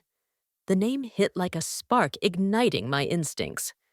Martinez hadn't mentioned him, but the way Patricia said his name with a mix of deference and caution told me he was important. A higher-up, perhaps someone closer to the heart of this network. I nodded, feigning hesitation. This afternoon.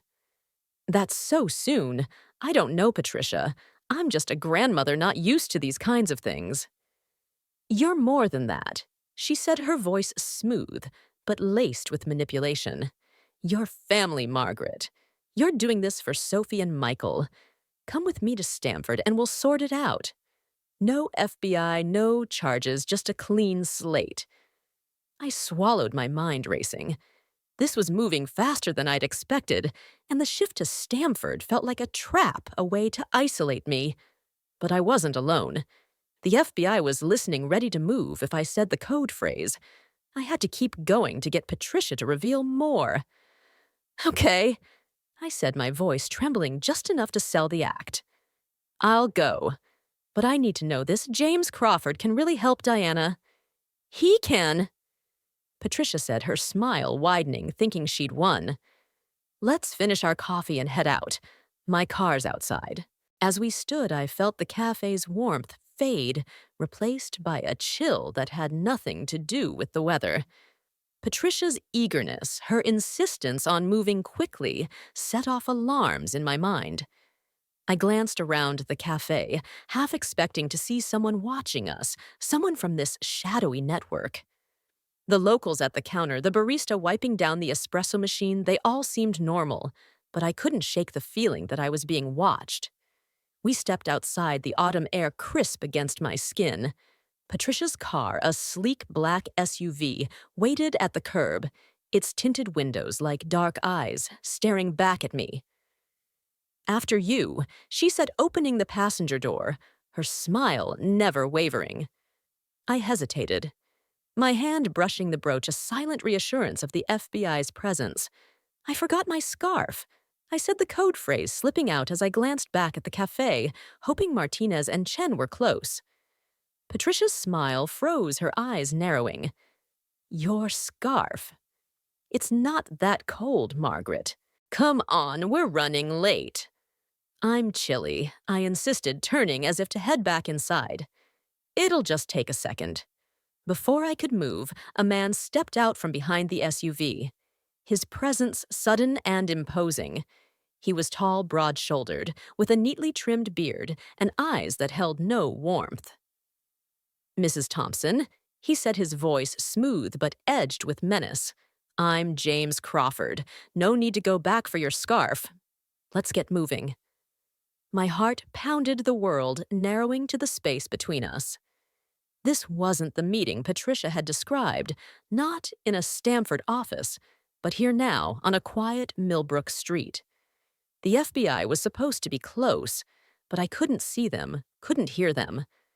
I was alone, face to face with a man who radiated danger, and Patricia's smile had turned predatory. "Mr. Crawford," I said, forcing my voice to stay calm. I thought we were meeting in Stamford. "What's this about?" He stepped closer, his shadow falling over me. "Change of plans. Patricia says you're willing to help Diana, but we need to be sure. Get in the car and we'll talk." The air felt heavy, charged with the weight of a decision that could end everything. I glanced at Patricia, her eyes gleaming with triumph, and realized the truth. This wasn't just about evidence. They wanted me out of the way, a loose end to be tied up or eliminated. My hand brushed the brooch again, a silent prayer that the FBI was listening, that they'd heard the code phrase. "I'm not sure I'm comfortable with this," I said, stepping back, my voice trembling but my resolve ironclad. "I think I'll head back inside." Crawford's hand shot out, gripping my arm with a force that belied his polished exterior. "You're coming with us, Mrs. Thompson. No need to make this difficult." Panic surged, but I pushed it down, summoning the strength I'd carried through decades of hardship. I wasn't just a grandmother, not just a victim. I was Margaret Thompson, a woman who'd raised a son alone, survived loss, and faced down life's storms. I wouldn't let them break me now. "Let go of me," I said, my voice sharp, loud enough to draw attention from a passerby across the street. "You're making a mistake." Patricia's smile vanished, her voice low and urgent. "Margaret, don't do this. Just get in the car. We'll explain everything." But I saw it now, the trap, the danger, the truth they were desperate to hide. Crawford's grip tightened, and I knew I had seconds to act. "I forgot my scarf," I said again, louder this time. My eyes locked on his, daring him to push further. Before he could respond, tires screeched, and a black van roared around the corner, its doors flying open. Agent Martinez and Chen emerged, guns drawn, their voices cutting through the autumn air. FBI hands in the air. "Step away from her." Crawford froze, his hand still on my arm. But Patricia's face crumpled, her bravado collapsing. "No, this isn't," she started, but Martinez cut her off. "Patricia Evans. James Crawford, you're under arrest for conspiracy to commit fraud, identity theft, and attempted kidnapping. Step away from Mrs. Thompson now." Crawford's grip loosened, and I yanked my arm free, stepping back as agents swarmed from the van, their movements swift and precise. Patricia's eyes darted between me and the agents, her mask of warmth replaced by raw panic. "Margaret, you don't understand," she stammered. "We were just trying to help." I said, my voice steady, now fueled by the fire of truth. You used my name, my life, to steal from my family. You tried to frame me to silence me. But I'm not the one who's finished here. As the agents cuffed Patricia and Crawford Martinez approached me, her expression a mix of relief and admiration. You did good, Mrs. Thompson. The recording caught everything: Patricia's admissions, Crawford's involvement. This is enough to start dismantling their network. I nodded, my heart still racing, but my resolve unshaken. What did they say? Did I get what you needed? Martinez's eyes gleamed with satisfaction. You got more than we hoped. Patricia named Crawford as a key player, and his presence here confirms he's higher up the chain. We've got enough to bring them in and start tracing the money back to the top. As they led Patricia and Crawford to the van, I watched the weight of the moment settling over me. I'd walked into a trap and turned it against them, using their underestimation of me as a weapon. But the victory was bittersweet. I thought of Sophie and Michael waiting at home, their mother's betrayal, a wound that would take years to heal. I thought of Thomas fighting to save his business, his trust shattered. And I thought of the other victims, 43, and counting people like Eleanor Chen, whose lives had been torn apart by this network. The cafe's door swung shut behind me, the hum of normalcy resuming as if nothing had happened. But everything had changed. I wasn't just a grandmother anymore, not just a victim. I was a force. A woman who'd faced down a criminal machine and come out standing. The fight wasn't over. There were more shadows to uncover, more truths to bring to light. But for the first time, I felt the strength of my own power burning bright against the darkness.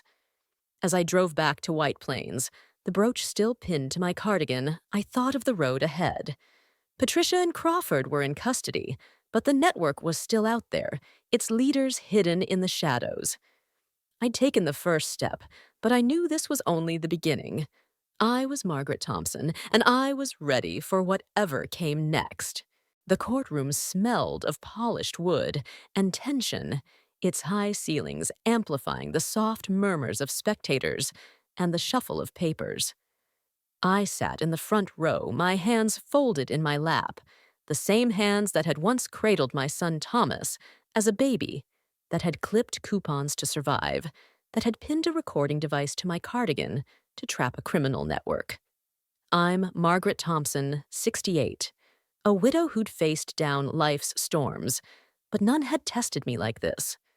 My daughter-in-law, Diana, had stolen $1.2 million from our family using my identity to hide her crimes, and was part of a vast fraud ring that preyed on the vulnerable. With the help of the FBI, I'd turned the tables, luring her sister Patricia and their associate James Crawford into a trap that exposed their network.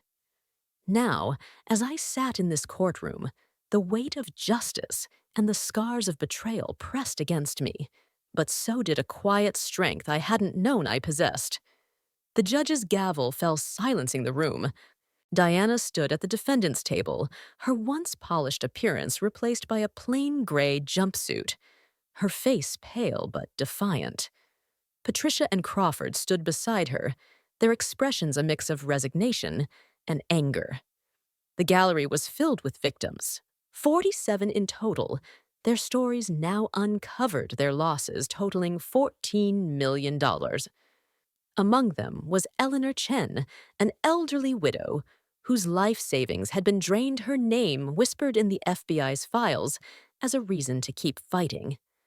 I felt her presence beside me, a silent bond between us two women who'd survived the same betrayal.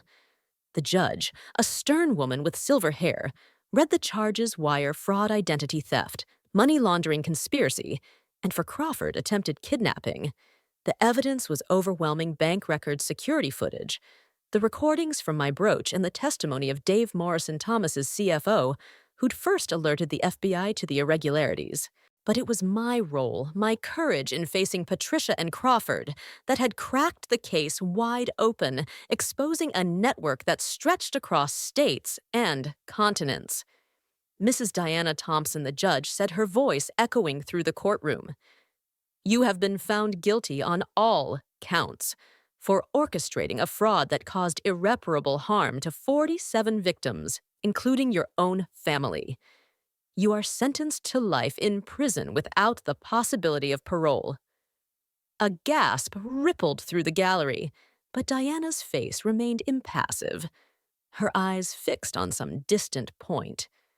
I searched for a flicker of remorse, a sign of the woman who'd been my daughter-in-law for 12 years, but found none. She'd chosen her path, and it had led her here to a life behind bars. Ms. Patricia Evans, the judge, continued your role in facilitating identity theft, and fraud has been proven beyond doubt. You are sentenced to 25 years in federal prison. Patricia's head bowed, her shoulders shaken, but I felt no pity. She'd preyed on people like me, building trust, only to shatter it, passing my information to Diana, like a thief handing off stolen goods. Her tears were for herself, not the lives she'd destroyed. Mr. James Crawford, the judge, said her tone hardening your leadership in this criminal enterprise, coupled with your attempt to kidnap a witness, warrants severe punishment. You are sentenced to 30 years in prison, with an additional 5 years for obstruction of justice. Crawford's jaw tightened, but he said nothing, his eyes cold as they swept the room.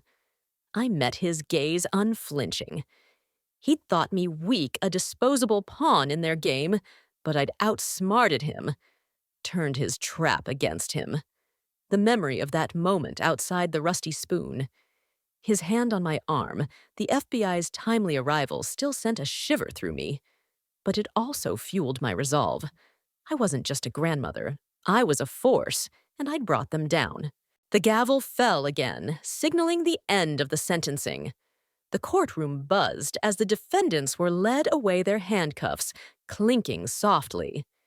I felt Thomas's hand on mine, his grip tight, his face etched with pain but also relief. Sophie and Michael sat beside him, their eyes red but steady, their strength a mirror of my own. We'd faced the truth together, and though it had fractured us, it hadn't broken us. As we left the courtroom, Agent Sarah Martinez approached, her expression a mix of exhaustion and triumph. Mrs. Thompson, she said your courage made this possible. The recordings, your quick thinking, you didn't just save your family. You saved dozens of others. We've identified more victims, and we're closing in on the network's higher-ups. I nodded, the weight of her words settling over me. What about the money? Can any of it be recovered? We're working on it, Martinez said. Some of the offshore accounts have been frozen, and we're seizing assets tied to premier properties in Florida. It won't cover everything, but we're hoping to return a portion to the victims, including your grandchildren's college funds. The mention of Sophie and Michael's future brought a lump to my throat. Diana had stolen their dreams, but we were fighting to take them back. Thank you, I said, my voice steady, for believing in me, for giving me a chance to fight. Martinez smiled, a rare warmth breaking through her professional demeanor. You're not what I expected, Mrs. Thompson. Most people would have crumbled. You didn't just stand up, you struck back. Her words stayed with me as we walked out into the crisp autumn air, the sky a clear blue above the courthouse. Thomas put an arm around me, his voice soft. Mom, I don't know how you did it. I was so caught up in my own world I didn't see what Diana was doing. But you saved us. I squeezed his hand, my heart swelling with pride for the man he'd become. We saved each other. Thomas, you, Sophie Michael, you gave me a reason to fight. Sophie hugged me, her voice muffled against my shoulder. Grandma, I'm so sorry for what Mom did, but I'm so proud of you. You're like a superhero. I laughed, the sound surprising me with its lightness. Not quite sweetheart, just a grandmother who loves her family. Michael, usually so reserved, spoke up, his voice fierce. You're more than that, Grandma. You took down Mom's whole operation. You're a badass." The words so unlike him made us all laugh a moment of release amidst the pain. We stood there, a family scarred but unbroken, and I felt a peace I hadn't known since this nightmare began. Back at my apartment, life slowly found a new rhythm. Thomas threw himself into rebuilding his business, working with Dave Morrison to stabilize the accounts and recover what they could. The FBI's efforts bore fruit. $2 million was recovered from frozen accounts, enough to restore a portion of Sophie and Michael's college funds and help other victims like Eleanor Chen. Thomas sold the Westchester mansion, its opulence tainted by Diana's betrayal, and moved into a smaller home nearby, closer to my apartment. It was a fresh start, a way to rebuild without the shadows of the past. Sophie and Michael spent more time with me, their visits filled with laughter and stories, but also quiet moments of grief. They were grappling with their mother's actions, the pain of her betrayal, a wound that would take time to heal.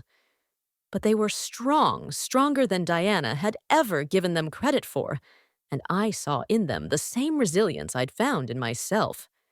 One evening, as we sat in my living room, a letter arrived, its return address unfamiliar, but the handwriting elegant and precise. I opened it, my hands trembling as I read the words. "Dear Mrs. Thompson, my name is Eleanor Chen. I was one of the victims of the fraud ring you helped dismantle. They took my life savings, my home, everything I'd built for my children. Because of your courage, I've recovered enough to start again. I don't know how to thank you, but I want you to know you're a hero to me, to all of us. You gave us back our hope." With gratitude, Eleanor tears blurred my vision as I read the letter to Sophie and Michael, their eyes wide with awe. "Grandma Sophie said you didn't just save us, you saved her too." I smiled, folding the letter carefully, a keepsake of a fight I'd never expected to wage. "I just did what was right," I said. "Sometimes that's enough." Months later, I stood in my kitchen baking dinner rolls for a family gathering. Thomas, Sophie, Michael, and Dave Morrison, who'd become a friend through this ordeal. The scent of yeast and warmth filled the air, a reminder of the life I'd built, the love that had carried me through. The network's leaders were still out there, the FBI's investigation ongoing, but we'd struck a blow, dismantled a piece of their machine. I'd faced down betrayal danger and my own fears, and I'd come out stronger. As we sat around my table, laughter mingling with the clink of glasses, I looked at my family, scarred, but healing, broken, but rebuilding. I thought of Diana locked away for her crimes, and Patricia and Crawford paying for their roles. I thought of Eleanor Chen starting anew, and the 47 others whose stories were now heard. And I thought of myself, not just a grandmother, but a woman who'd found her strength in the darkest of times. The mystery of the network wasn't fully solved, but for now, we had peace. I'd uncovered the truth, protected my family, and discovered a power I'd never known I had. As I raised my glass to toast my family, I felt a quiet joy, a sense of triumph, not just over the criminals who'd tried to break us, but over the doubts that had once held me back. I was Margaret Thompson, and I was unstoppable.